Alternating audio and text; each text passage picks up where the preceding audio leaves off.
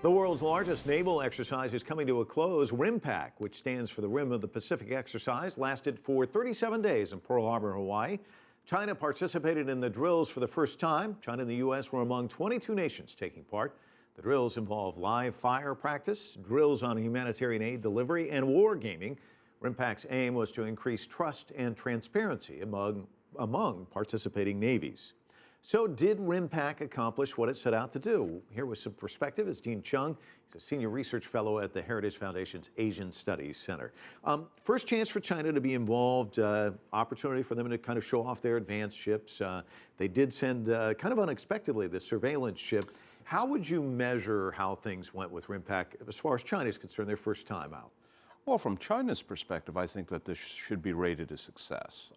They participated, they were part of the largest multinational naval exercise in the world, and with the presence of the intelligence gathering ship, I'm sure they picked up a lot of information, perhaps even more than they might have expected to initially.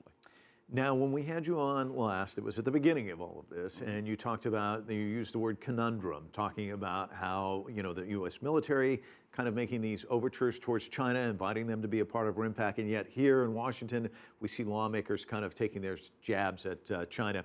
We have a graphic we want to throw up. This is Pew Research Center did a study on this, actually asked people in China, what do you think of the U.S.? Favorable, unfavorable? 50% came back and said favorable, but on the flip side, the reverse, they asked the same question of residents of the United States, and there the reviews were not as favorable, 35% favorable of China. So what do you make of this divide, and does RIMPAC change the equation in any way, do you think? Well, I think part of the reason for the difference, keeping in mind 50% liking the United States means 50% perhaps not liking the United States. But with the issues of cyber espionage, job competition, and the like, there's, especially right now in the American economy, there's a lot of non-military, non-strategic aspects to the trust issue. Did RIMPAC make a difference? Probably not, simply because for both sides, broad population, RIMPAC was way down on the information scale and the priority scale. And also, while we've spent a fair amount of time talking about it, it seems like it's a story that's gone largely ignored here in the United States, wouldn't you say?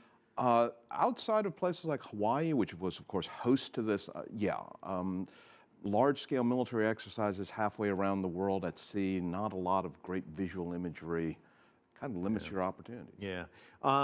We saw China involved in several exercises, including a live fire drill with the U.S. There's been some uncertainty, some unease as far as China is concerned about the rebalancing by the U.S. to Asia. What message do you think RIMPAC sends to the Chinese people, the Chinese leadership? Well, insofar as your counterparts at CCTV China have been reporting RIMPAC, hopefully it builds up a good rapport in China regarding the United States. But as General Fang Fenghui said when he was visiting the United States, the issue of the pivot and things like that at a strategic level, I think, colors very much Beijing's view of the United States, and I'm not sure RIMPAC has altered that fundamental perspective.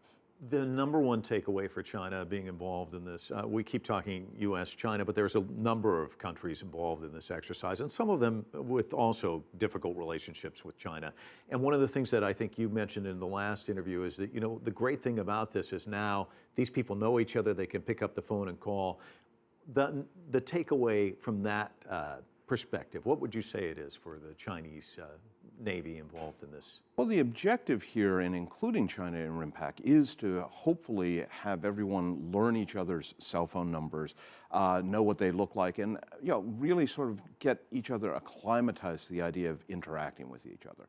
In the event of a crisis, something like the EP3 incident of 2001, hopefully people will be able to bypass or get around governmental restrictions to sort of say, hey, this is what we understand what happened. Is that in accordance with what you saw happen? Can we keep things at a low simmer?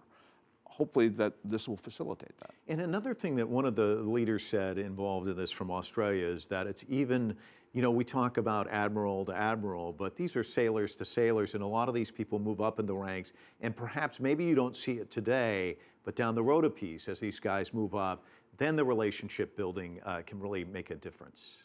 Absolutely. I mean, relationships, especially in China, but anywhere around the world, is not a one-time event sort of thing. It has to be a process. It's building one after another event. So if this is the start of a beautiful friendship, as they say, then, this is that first step towards that. All right, Dean Cheng, always great to see you. Thanks so much for coming in. Thanks for having me.